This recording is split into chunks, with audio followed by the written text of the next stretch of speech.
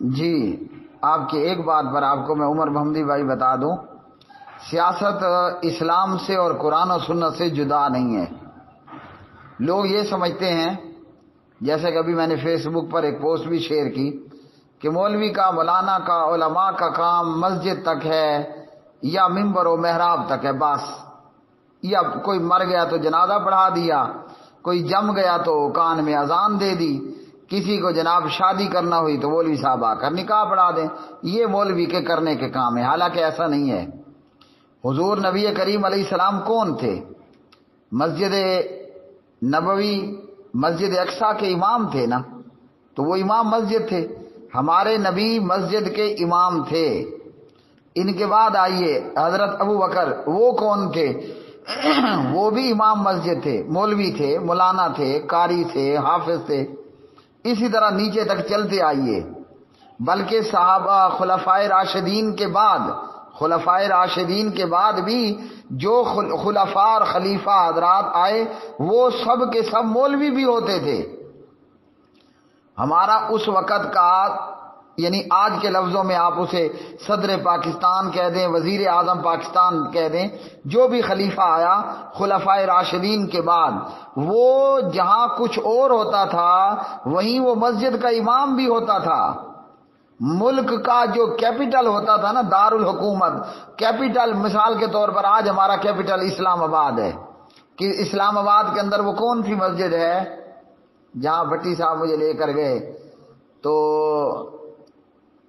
فیصل مسجد۔ اب اسلام آباد میں اگر میں درست کہوں سب سے بڑی مسجد یا نمایاں مسجد کون سی ہے اسلام آباد میں؟ وہ فیصل مسجد ہے۔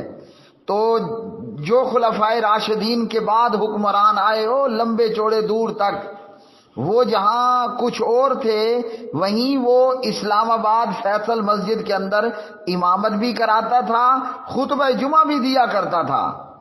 آپ بہت نیچے آ جائیے، عمر بن عبدالعزیز رحمۃ اللہ علیہ کو دیکھیے، کیا وہ صرف حکمران تھے؟ اللہ کے بندے، وہ حدیث کے باقاعدہ راوی تھے، وہ بہت بڑے عالم دین تھے۔ یہ عمر بن عبدالعزیز رحمۃ اللہ علیہ، ان کے اور عمر بن خطاب کے بیچ میں جتنے بھی حکمران آئے سب مولوی بھی تھے، امام مسجد بھی تھے، اور آپ کا بھلا ہو ملک کے کیپٹل، ہمارا کیپٹل اسلام آباد ہے، تو اسلام آباد کی فیصل مسجد کے وہ امام اور خطیب بھی ہوتے تھے۔ مولوی کا کام اتنا نہیں ہے کہ وہ جنازہ پڑھا دیا، بچے کے کان میں اذان دے دی، بریکٹ میں یاد رکھ لیں حدیث ضعیف ہے، یا جناب جو ہے وہ فلاں فلاں کام کر لیے۔ تو سیاست اسلام اور شریعت سے جدا نہیں ہے۔ یہ اور بات ہے کہ یہ مغربی جمہوری ووٹ کی سیاست، اس کا اسلام سے کوئی تعلق نہیں ہے، یہ اور بات ہے۔ لیکن سیاست میں علماء کا ایک اپنا کردار ہے۔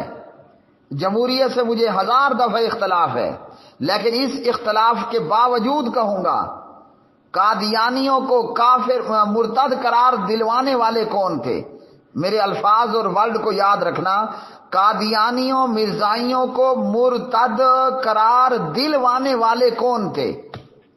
وہ حضرت مفتی محمود صاحب تھے، اور وہ ایک عالم دین تھے۔ میرا اور ان کا دیوبندی اہل حدیث اختلاف اپنی جگہ پر، نہ ہم اس اختلاف کو چھوڑ رہے ہیں، نہ اختلافات کے اندر جو رد بنتا ہے نہ میں اس رد کو چھوڑ رہا ہوں۔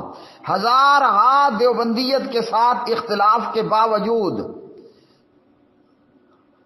اس ملک میں کلمے کے نام پر بننے والے ملک پاکستان میں قادیانیوں کو کافر مرتد دلوانے والے پارلیمنٹ کے اندر وہ کون تھے؟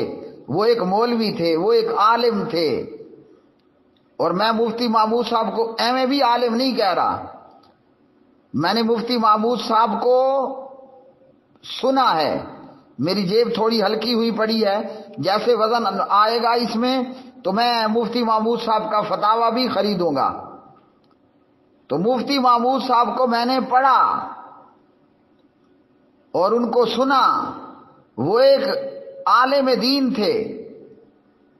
تو یہ کارنامہ کس کا ہے؟ یہ مولویوں کا ہے نا۔ میں کعبے کے رب کی قسم کھا کے کہتا ہوں، کیا بھٹو کا کام تھا قادیانیوں کو کافر دلانا؟ یہ کارنامہ ایک مولوی کا ہے۔ اگر اس وقت میں آپ کے وزیر اطلاعات یا آپ کے وزراء شاہ محمود قریشی ہوتا یا فواد چودھری ہوتا یا عمران احمد خان نیازی ہوتا، ہاں، کیا یہ لوگ قادیانیوں کو مرتد قرار دلوا سکتے تھے؟ کتنا بڑا فتنہ ہے قادیانیت۔ یہ اور بات ہے بقول ڈاکٹر اسرار صاحب کہ قادیانیوں کو صرف مرتد قرار دلوا لینا کافی نہیں تھا، ان کا قتل عام بھی ہوتا۔ خیر وہ کمی کوئی آئندہ آنے والا مولوی پوری کروا لے گا۔ یہ الفاظ یاد رکھنے ہیں، کل کو اگر میرے لفظوں پر کوئی مقدمہ بنائے تو آئندہ کوئی اور مولوی ان کو کا جو ہے وہ قتل بھی کروا لے گا، ان کی سزا پر عمل درآمد بھی کروا لے گا کہ من بدل دینہ فاقتلوا، مرتد کی سزا کہ اسے مار دیا جائے، قتل کر دیا جائے۔ تو یہ کارنامہ کس کا ہے؟ یہ مولوی کا ہی ہے نا۔ تو اس لیے دیوبندی سے بریلوی سے ہمارا 1000 درجے اختلاف ہو، 1000 درجے اختلاف ہو، اس اختلاف کا یہ مطلب نہیں ہے کہ ہم مولانا فضل الرحمان پر بھونکنا شروع کر دیں یا بھونکنے والوں کا ساتھ دینا شروع کر دیں۔ ہرگز، اگر میں اہل حدیث ہوں، مجھے اللہ کا قرآن نہیں اجازت دیتا، مجھے میرے نبی کی سنت نہیں اجازت دیتی۔ اسلام نے تو جناب گرجوں اور عبادت خانوں کو گرانے سے منع کیا ہے، اور اسی طرح دیگر چیزیں۔ تو اختلاف اپنی جگہ پر، ہم نہیں چھوڑیں گے۔ جن معاملات میں اختلاف ہے ہم ڈنکے کی چوٹ پر قرآن و سنت بیان کریں گے، لیکن ادب و احترام یہ پہلا زینہ ہے، یہ پہلی سیڑھی ہے۔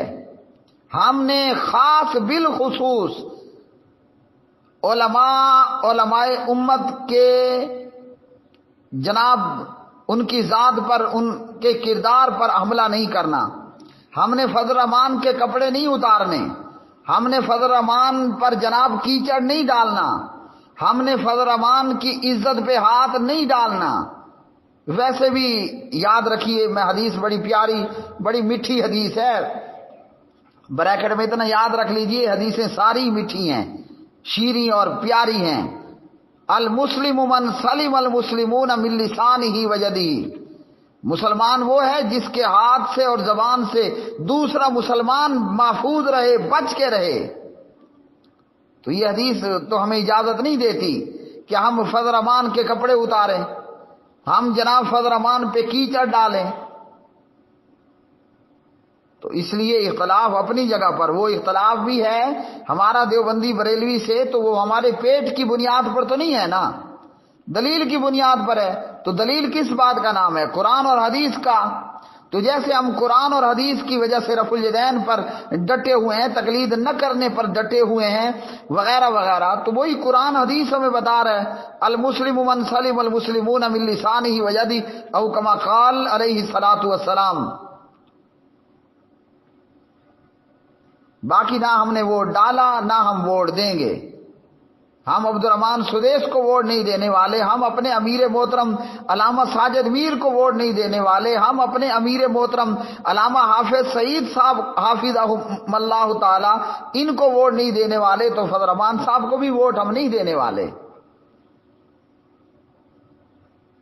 لیکن یہ کہ دشمنی اور اختلاف وہ دیانت، امانت، شرافت، عدالت، ان کے دائرے میں رہ کر ہونا چاہیے۔ آج کیا ہو رہا ہے؟ ایک ملک اور اسلامی ملک اور ایٹمی ملک کا وزیر اعظم، وہ کیا کہتے ہیں الفاظ، فلور دی ہاؤس ہے، پارلیمنٹ میں کھڑے ہو کر ایک عالم دین کو کہتا ہے کہ یہ حکومت ڈیزل بغیر چل رہی ہے۔ یہ کیا ہے؟ اور خود اپنا کردار کہ جناب آج وزیر اعظم سیکریٹریٹ کے اندر ٹک ٹاک کی طوائفیں اپنی ٹک ٹاک کو فلما رہی ہیں۔ یہ لوگ علماء پر ہاتھ ڈالیں گے، علماء کی عزت پر، علماء کی آبرو پر ہاتھ ڈالیں گے، جو مادر پدر آزاد ننگے دھڑنگے ہیں۔ شیخ رشید جیسا بندہ، عمران خان جیسا بندہ، ہاں جی، فواد چودھری جیسا بندہ، یہ لوگ علماء کی عزت پر ہاتھ ڈالنے والے کہ جن کا ننگا پن اور جن کا اوچھا پن آج پوری دنیا کے سامنے ہے، اس لیے بدماشوں اور گندے اور آوارہ اور لچے اور لفنگے اور ننگے دھڑنگے، ہاں جی، شرافت اور دیانت اور امانت اور صداقت سے دور لوگوں کے مقابلے میں ہمارا ساتھ، ہمارے اخلاق کا ووٹ، انگوٹھے کا ووٹ نہیں، ہمارے اخلاق کا ووٹ قائد جمعیت حضرت مولانا فضل الرحمان صاحب کے ساتھ ہے۔